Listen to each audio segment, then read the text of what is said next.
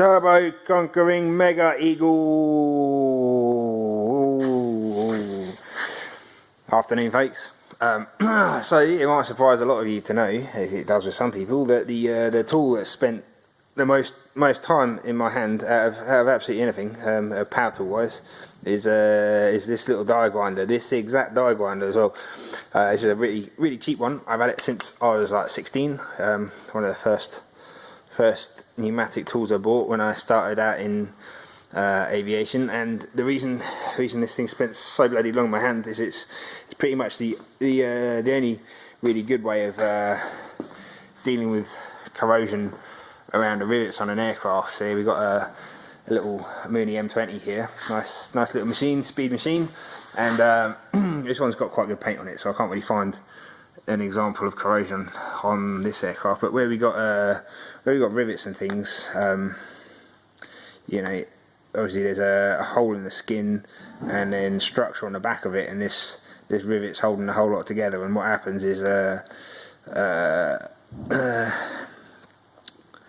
you'll get corrosion and it'll blow up around the rivet. And we're not going to take each and every rivet out of the aircraft in order to repaint it, but or deal with the corrosion. But we'll have to get around that rivet, you know, really gently. And the rivet's aluminium, so it's made of the same material as the skin, so they're both pretty soft. And if you attack it with a DA or something like that, you know, a sander, then it will just knock the top of the rivet off, and you have to pull the rivet then, wouldn't you? So I suppose this tool itself is cheap little. This is a copy of a Kobe die grinder. Like the Kobe ones are a lot nicer. This has got a tiny bit of flake play in the bearing, and you know, you can hear it when you run the thing up. Wow! But it still works fine. The Kobe is about 50 quid. This one was less than 20 quid, brand new. And you know, despite the fact that I've abused it and I've used it with compressors that have been pumping water, this thing's lasted me, God, fuck knows how long. Yeah, if I say it was 16 when I bought it, and well, I'm not 16 anymore anyway. Let's put it like that. Either way, I thought it was about time. I got one at home. In fact, I did get a pneumatic die grinder just like this at home, but my little compressor isn't man enough to run it. So until I get a big one at the Turbo Conquering Mega Fields International Workshop of Progress, I thought I'd play with this. You can spend a lot of money on electric die grinders. Bosch do them for about 150 quid, and then you can get a really cheap nasty one for about 20 quid. I went with this Parkside one, it's 30 quid. Parkside are the Lidl's brand of power tool. I haven't actually bought any of their stuff before, but I know a few people that have, and they all say it's reliable. You know, it's perhaps not quite as good a quality as your Bosch or your Makita, but it's serviceable, it's fit for purpose. Thing is though, it's fucking huge, isn't it? So we're going to have a bit of a test.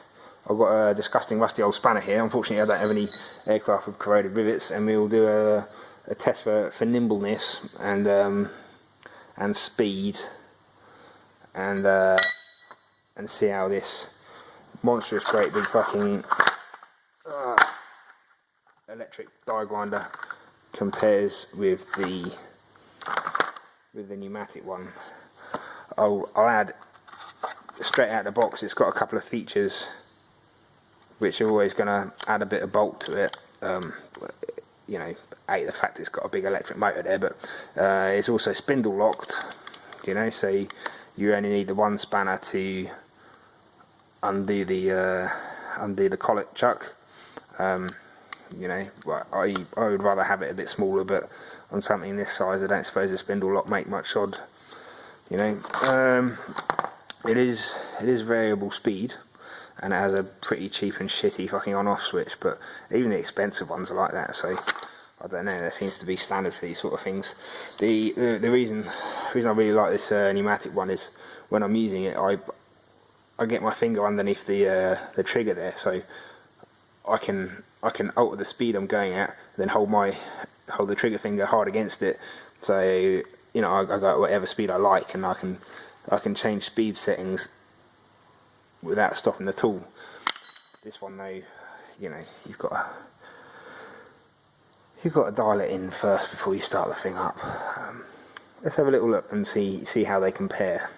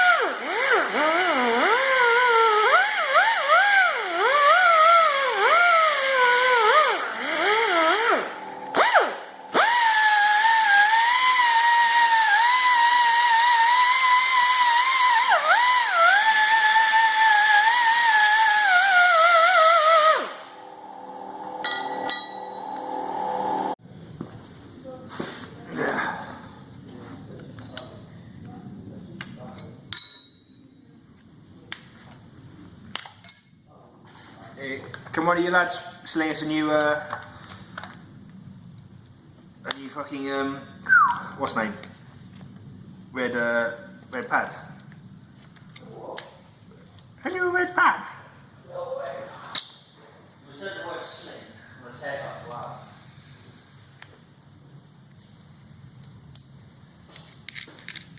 Oh, it's fried. Oh, fried.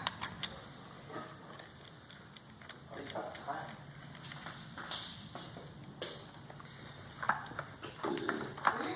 Oh, I thought I caught you in a die. Like, my neck muscles are just gone. Cheers, brilliant little. Brilliant, no? What size is that? Pathetic. Oh, that's huge. I don't know whether you.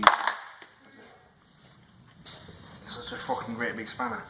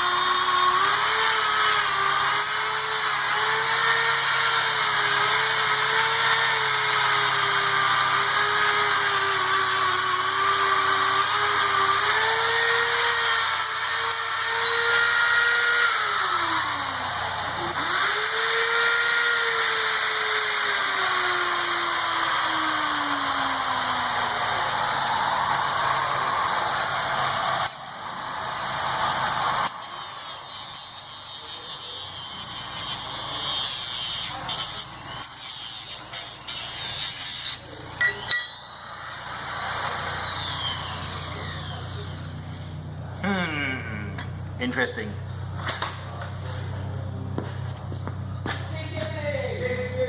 So I didn't actually check the speeds of these devices before I fired them up. This one reckons on being 22,000 RPM. Whether or not it still makes that speed, I do not know. This one, however, 30,000 RPM, and it seems to have a bit more power. So, lads, what? Alright, you can tell by the fact this pad lasted a lot less time than the pad in the air driven. Sorry, my hands have been laying concrete all morning.